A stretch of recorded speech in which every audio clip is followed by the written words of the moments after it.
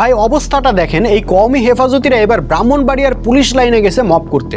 তারপর পুলিশের ধোলাই খাইয়া কান্নাকাটি শুরু করছে। প্রথমে এরা গুজব রটাইছিল যে পুলিশ নাকি মাদ্রাসায় হামলা করে ছাত্রদের আহত করছে। আচ্ছা, এই কথা পাগলেও কি বিশ্বাস করবে? কখনোই না। আমি অপেক্ষা করতেছিলাম আসল ঘটনাটা জানার জন্য। পরে ভিডিওতে দেখি পুলিশ সদস্যরা মাদ্রাসায় যায়নি, বরং এই হেফাজতিরাই মাদ্রাসার পাশে পুলিশ লাইনে গেছিল মব করতে। কারণ ওইখানে জেলা পুলিশের উদ্যোগে একটা সাংস্কৃতিক অনুষ্ঠান হইতেছিল। তাদের সাহস কতখানি চিন্তা করে দেখেন। এই হেফাজতি কওমিরা দেশের আনাচে কানাচে শত শত কনসার্ট, বাউল গান, খেলাধুলা মব কইরা বন্ধ করে দিছে। সরকার কিছুই করেনি, পুলিশও বিষয়গুলো আমলে নেয়নি। কিছুদিন আগে এরা বনলতা এক্সপ্রেসের মতো একটা সামাজিক সিনেমাও প্রদর্শনী করতে দেয়নি ব্রাহ্মণবাড়িয়ায়, তখনও সরকার কোনো পদক্ষেপ নেয়নি। এর ফল কি হয়েছে দেখেন। আজকে এরা পুলিশ লাইনে গিয়ে খোদ জেলা পুলিশের আয়োজিত সাংস্কৃতিক অনুষ্ঠানও বন্ধ করতে গেছে। সেখানে গিয়ে হামলা করছে কিনা সেটা পরবর্তীতে জানা যাবে, তবে এদের স্বভাব কিন্তু দেশের মানুষ ভালোভাবেই জানে।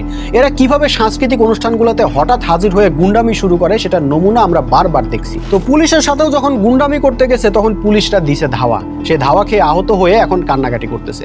পুলিশ কেন মাদ্রাসার কোমলমতি ছাত্রদের উপর হামলা করলো, এই নিয়ে কওমিদের আহাজারির শেষ নাই। আরে ভাই, ছাত্রদের উপর হামলার প্রতিবাদ আমরাও করি, তবে এই হামলার জন্য তোমাদের উগ্রবাদী আচরণই তো দায়ী। কথায় আছে না, চোরের 10 দিন গেরস্তের 1 দিন।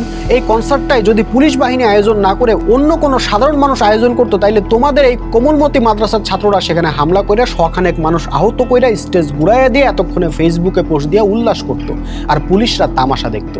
তখন আর তোমরা কোমলমতি ছাত্র থাকতা না, তোমরা হয়ে যাইতা তৌহিদি জনতা, উত্তেজিত জনতা ইত্যাদি।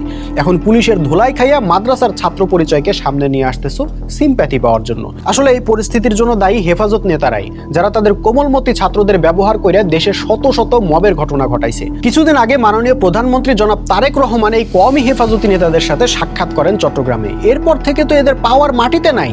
এরা এখন সপ্তম আসমানে উঠতেছে। এরা এখন আর কাউরে গোনে না। আরে বাবা, প্রধানমন্ত্রীর পাশে বসে তারা অনুষ্ঠান করছে, আর কাউরে গোনার টাইম আছে? সেই জোশে এবার পুলিশের সাংস্কৃতিক অনুষ্ঠান পর্যন্ত পণ্ড করতে চলে গেছে। এদের গায়ে কি পরিমাণ কারেন্ট তৈরি হয়েছে চিন্তা করেন একবার। কিছুদিন আগে এই হেফাজতিরা মাদ্রাসার ছোট ছোট বাচ্চাদের নিয়ে নোয়াখালী সমাবেশ করে আসছে। সেখানে তাদের দাবি ছিল হিজবুত তৌহিদ বাংলাদেশের কোথাও কার্যক্রম করতে পারবে না। আজকে দেখলাম দাবি জানাইতেছে ব্রাহ্মণবাড়িয়া পুলিশ লাইনে আর কোনো সাংস্কৃতিক অনুষ্ঠান করা যাবে না। মানে অন্যরা কে কি করবে কি করবে না সেটা হেফাজতি উগ্রবাদীরা ঠিক করে দিবে। তারাই এখন নিজেদেরকে সরকার মনে করতেছে। এই বাড়াবাড়ির একমাত্র কারণ কি জানেন? কারণ এই দেশে সবার পতন হয়, এদের পতন হয় না। এরা আওয়ামী লীগের আমলেও তেলে ঝোলে থাকে, বিএনপির আমলেও তেলে ঝোলে থাকে, ইন্টারিমের আমলে তো একদম তেলে ঝোলে চুপচুপা।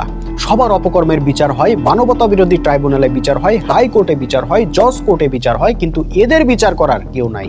কারণ এদের হাজার হাজার মাদ্রাসা এক ডাকে লক্ষাধিক মাদ্রাসার ছাত্রকে জড়ো কইরা তাণ্ডব চালাইতে পারে। ফলে এরা মনে করতেছে এরা যা খুশি তাই করে বেড়াবে, এদেরকে কিচ্ছু বলা যাবে না।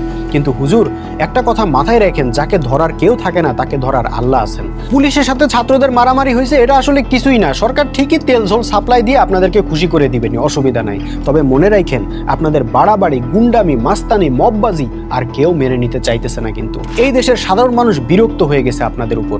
এরপরে কিন্তু প্রতিরোধের পর্ব শুরু হয়ে যাইতে পারে।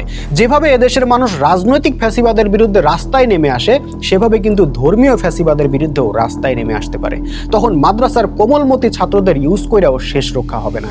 সকল অপকর্মের বিচার একদিনেই হয়ে যাইতে পারে।